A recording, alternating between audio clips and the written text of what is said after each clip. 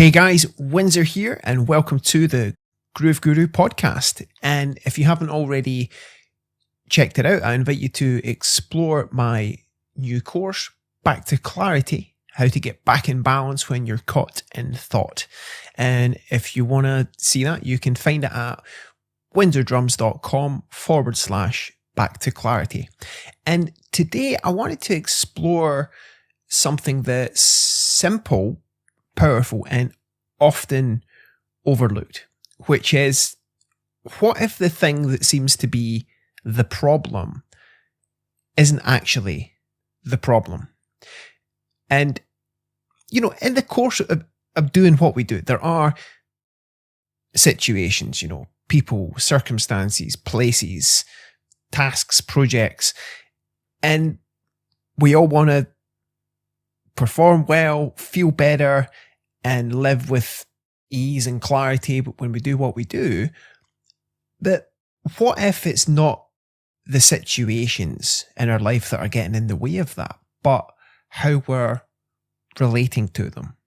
And that's what I want to explore today. And in the understanding that I often share, everything we experience via the power of thought. And by thought, I'm not just talking about our personal thinking, the noise in our heads, the stories we tell ourselves, and the meaning that we make of things, and all the feelings that we feel. But when I say thought, I refer to thought as the creative power that we have to generate our entire experience of everything, moment to moment. And here's the thing, when we don't have a deeper understanding of that, it can look like our experience is coming from all the stuff out there. The job, the work, the gig, the people, politics, and all of that stuff. Yes, exists. I'm not saying it doesn't. But it's when we misattribute our experience as coming from out there, we're missing out on seeing how life actually works and the extent of the freedom that can give us. And there's a phrase I love from Abraham Hicks that goes along the lines of, everything you want is for the feeling you'll have in the having of it. And when we consider what we want, when we get the thing, what feeling will that bring? Usually we always want to feel better. We always want to perform better. We want a good feeling. We want clarity. Okay, we want peace of mind. We want joy. And when we look to the world out there as the source of our experience and our feelings, then it can make sense that in order to feel the way that we want to feel inside, then we have to change the world out there to get that feeling, which I'm going to suggest is a bit backwards, okay? And if we think, for example, more money is going to make us happier, or when we're in a new relationship with that person that we'll feel love, or if we have a fit and toned body, that will bring us the peace that we really seek, then we'll often change and move things about in the world to try and get that feeling. It's a bit like rearranging things like furniture, hoping that a new layout is going to somehow generate that feeling that we want. But here's the thing, how often have you got that thing that you've wanted? Maybe the new job, the gig, or the relationship, or that change in your physical body condition. And you probably felt some elation when you got it, or maybe you didn't feel it any different. And then even with that new condition in place, you still have all the same highs and lows and ups and downs that you always do. Sound familiar? Well, that's because, we don't experience the world directly. We experience the world via the power of thought. And that has a huge bearing on how we're showing up to the world when we do what we do. And that's why we can have the same condition and situation in the world, but have a range of experience about it. We can have sometimes that new thing that we want already present in our life. And even with it, sometimes we're not even aware of it because our attention is elsewhere. Okay. So in other words, if we're thinking it, we're feeling it, and we're experiencing it, that's the power of thought. And that's what's happening as we're creating our moment-to-moment experience of things. But, why does that matter? Well, here's the kicker. It's that the real issue is never the thing. It's not the email, the bank balance, the delay, or whatever it is. It's how much clarity or noise that we are bringing to it and how we're relating to it. Now, that one distinction, that one shift may seem like a small tweak, but the impact, if you realize that, is huge and can completely change your experience of life.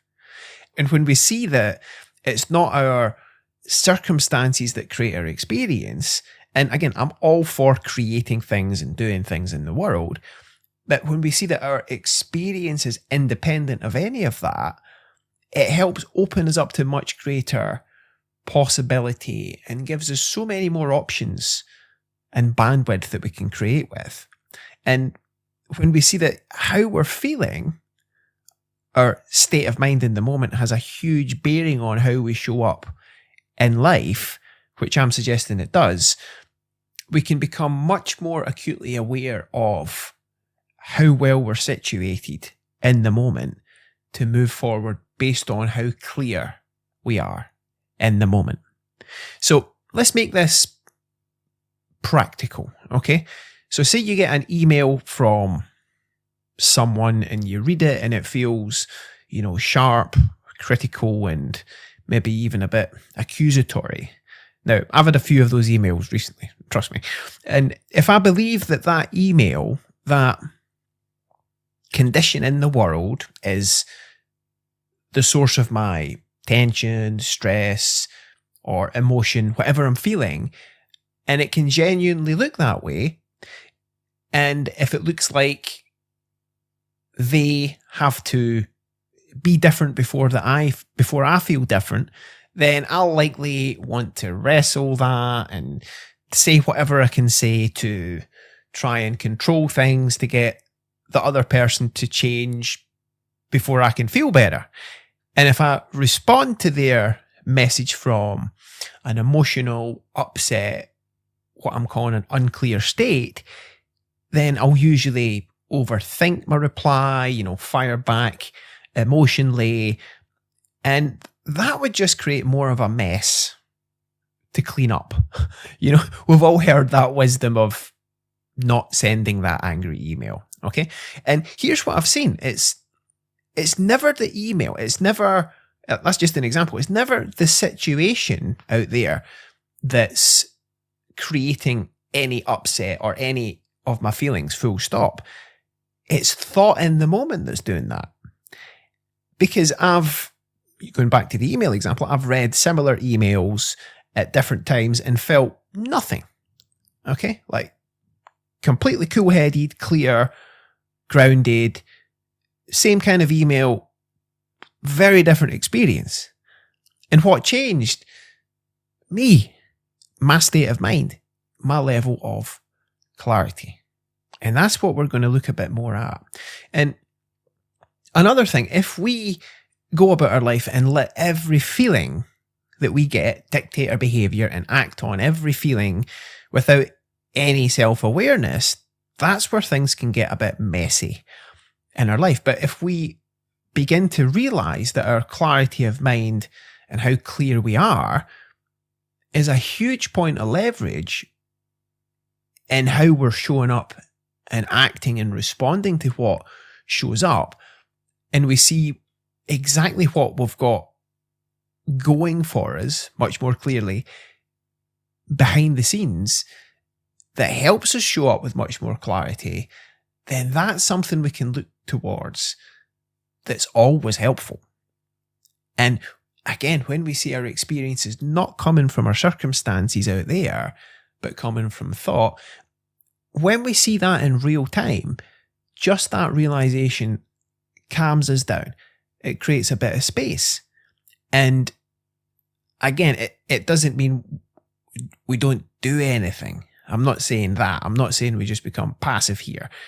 But it's more that we're conscious of how clear we are in the moment as a barometer of our level of intelligence in the moment, of our mental bandwidth.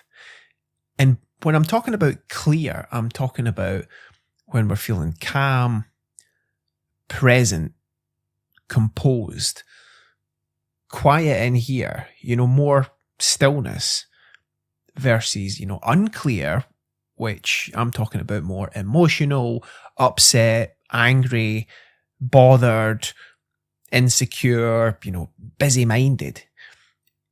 And when we start to notice that and we see that we have this potential for much more clear and resourceful and creative, helpful thinking, and also that feeling of clarity that I'm pointing to is independent of circumstance, then when we ever notice that temporary lack of clarity, that distorted emotion feeling that can come up, that can then become a signal to help us step back and allow thought to help us recalibrate.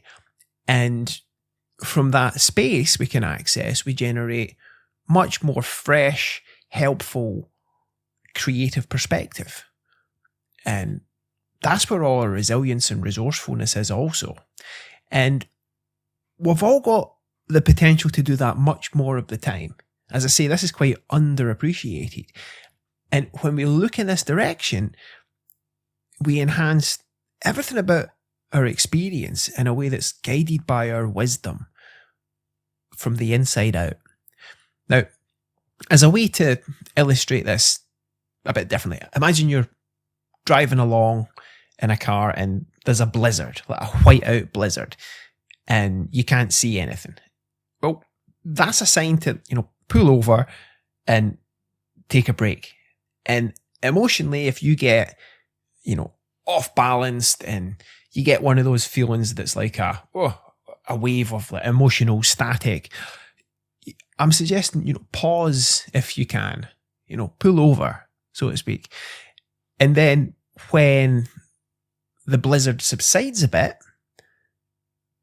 like the car example, you can resume driving, but carefully and cautiously, and, go easy on that accelerator. And then when that blizzard subsides much more and it's clear, have at it, you're free and clear. So those storms of thought and feeling that can come up, they inevitably will pass. And when they do, you're at your clearest to proceed from clarity, calm, and composure. And like weather in the world, if you try to, force it to pass and wish it away, like you try to wish and change your feelings away and technique it away, that can more often than not just create unnecessary resistance and is actually what leads to you getting in your own way much more. But as you simply notice what's showing up, noticing when you're unclear, and allow your clarity to re-emerge in its own perfect timing, you'll see the next thing to do. It will emerge and you're back in the driver's seat towards moving where you want to go in your life.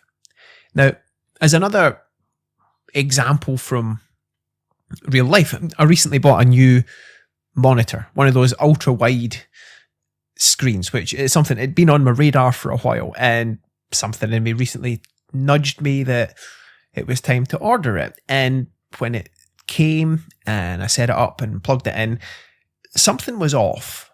And like the full available resolution of the monitor, it wasn't showing up in my display settings, and it wasn't connecting with my computer right? And as a result, all of the icons on the vastly increased screen size, they were really small and I couldn't change that. And whilst you could say the monitor worked and it was functional, it was a bit of a headache to use because of the constant switching from program to when I looked at a menu, all that refocusing was just a bit of a headache, and it wasn't fun. And what I did was, I troubleshooted as best as I could. I read the manual, I Googled it, I ChatGPT'd it, I even bought some new cables, and I tried everything that I could see to do, and none of that made a difference. So I was starting to get a bit frustrated. So rather than struggle with that, I just thought, okay, I'm going to put this to the side, and I got quiet. And then from that deeper space of clarity, without even consciously thinking about it, something in me nudged me to tweak one of the settings in one of the programs in a way that I hadn't considered. And voila, it worked. It worked. And the full resolution was appearing, and I could change all the icon sizes, and it's worked great ever since. And why is this relevant and helpful? Not just for computer IT problems, but for other situations in life. Well, we've got this full creative bandwidth and level of clarity available to us, and one that it provides us with endless new possibilities and creative ways to approach whatever we're looking at. And it also allows us to think with much less unnecessary strain and intention. But even when we realize that, we can try to think our way to that clarity. But again, that's what often gets in the way. And it's when we stop trying to force things and allow that clarity that we've got going for us to emerge, it brings us readily fresh, new, helpful, creative perspective in a way that's very, very practical.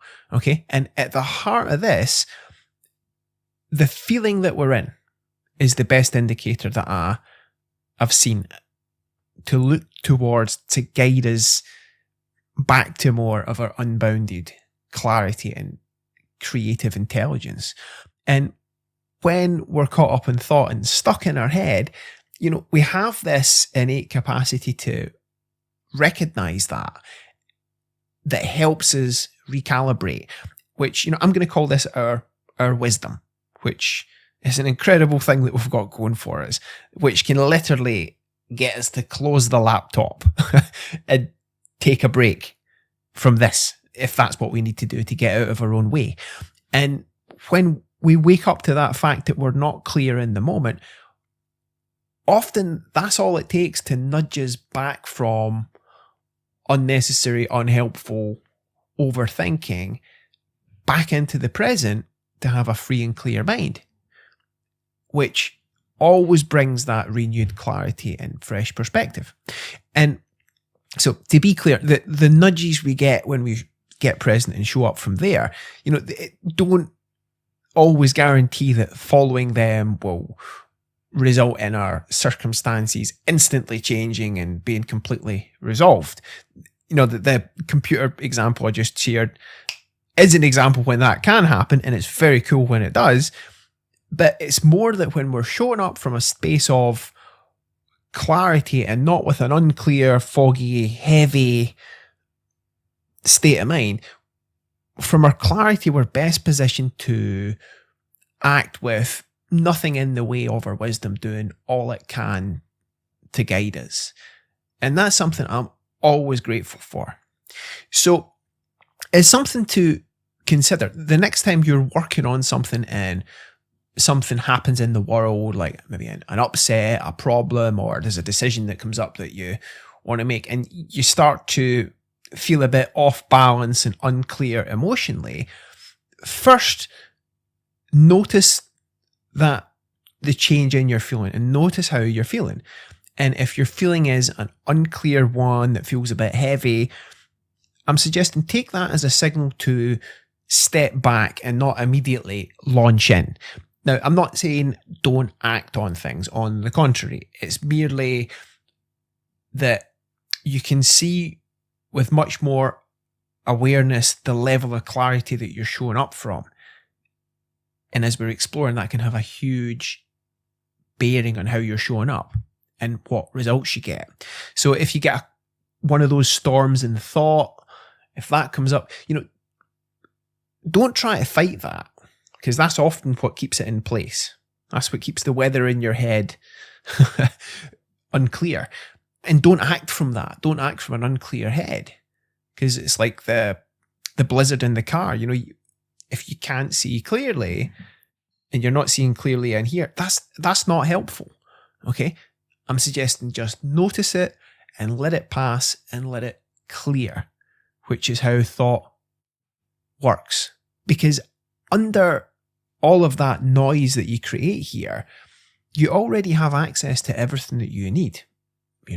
From wisdom, you've got perspective, you've got clarity, peace, creativity, fresh new ideas. That capacity is built in. And from here, from your clarity, you'll know what to do. You'll move with power, you'll respond with wisdom to whatever shows up, and you'll create from that deepest part of who you really are. And as we bring this one to a close, remember, again, the world out there, that's not what's creating your experience. It's you that's creating that experience. Every experience from within, from the power of thought. And that's your greatest power. And that's your greatest point of leverage. And let that truth ground you. And when you realize the heart of it, you can let it set you free. So have fun connecting with that, your full resolution, your full bandwidth, whenever you can see to do so. Happy creative exploring. And I'll speak with you soon.